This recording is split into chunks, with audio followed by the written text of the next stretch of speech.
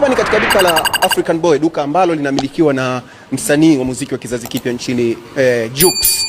Na nikukumbushe pia kwamba waandamanaji ama watu ambao walifanya vurugu waliweza pia kufika katika duka hili na kusababisha uharibifu mkubwa pamoja na wizi wa mali. Kama unavyoweza kuona taswira hii, ni taswira ya nje tu, nimesimama katika eneo ambalo lina kioo kilichoweza kupasuliwa na waandamanaji hawa. Sasa nitakupitisha katika athari ambazo zimejitokeza mara baada ya vurugu hizo na kuvamia katika eneo hili na kuweza kusababisha uharibifu mkubwa. Waliweza kuiba mali ambazo zilikuwemo humo, nguo pamoja na nadhani pia na screen hapa iliweza na ilikuwa hapa.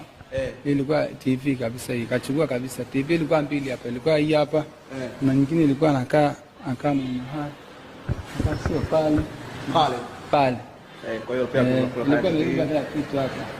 Kuna msigo juzi imeshushwa, juzi hajafika hata wiki mbili. Na msigo mkubwa imeshushwa hapa. Ashabeba zote.